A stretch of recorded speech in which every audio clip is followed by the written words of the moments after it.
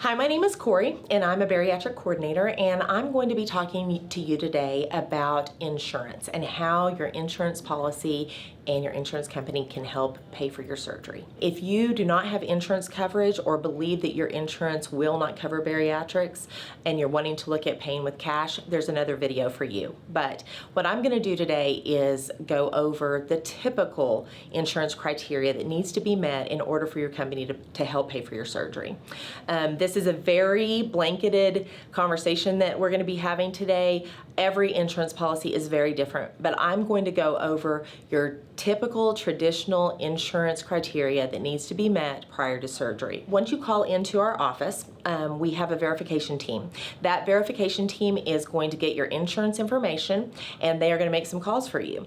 They're going to call and find out, do you have bariatric coverage? And if you do have bariatric coverage, what does that insurance require you to do in order for them to pay once you're done?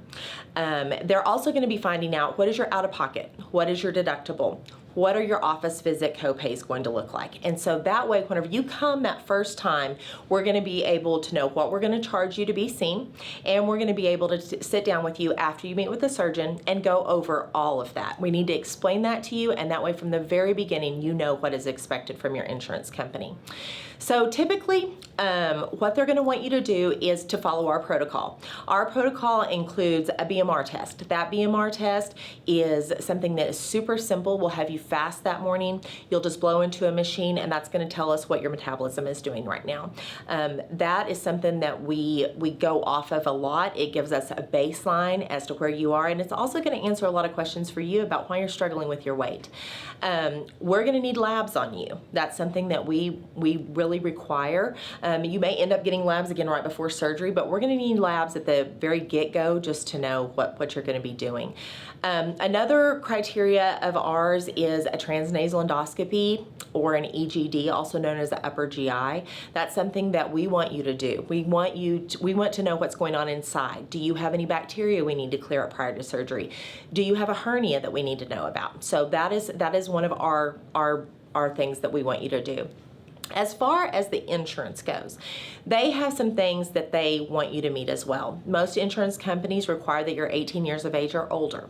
Now, there are adolescent policies out there, but we would be finding out, according to your age, if you have the coverage or not.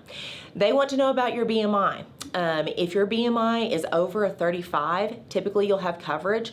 A 35 to 39.9 BMI, you're going to have to have another comorbidity. A lot of those comorbidities are sleep apnea.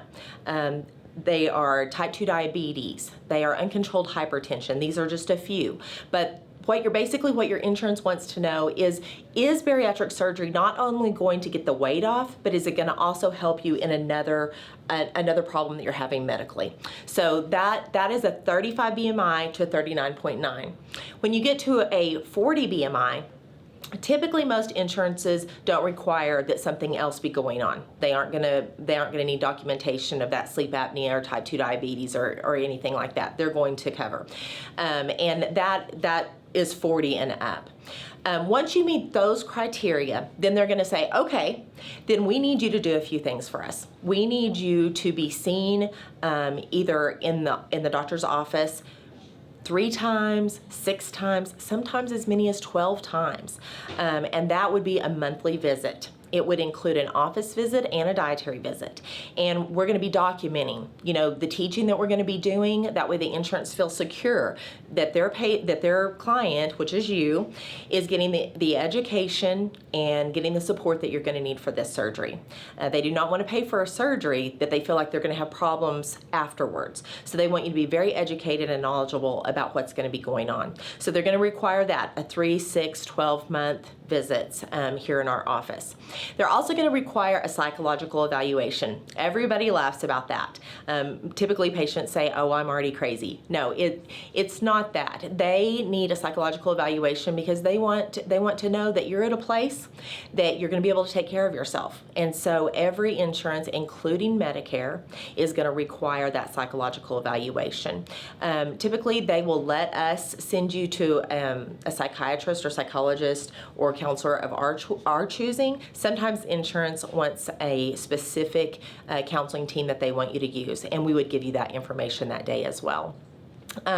Those are typically the major hurdles that they want you to climb through.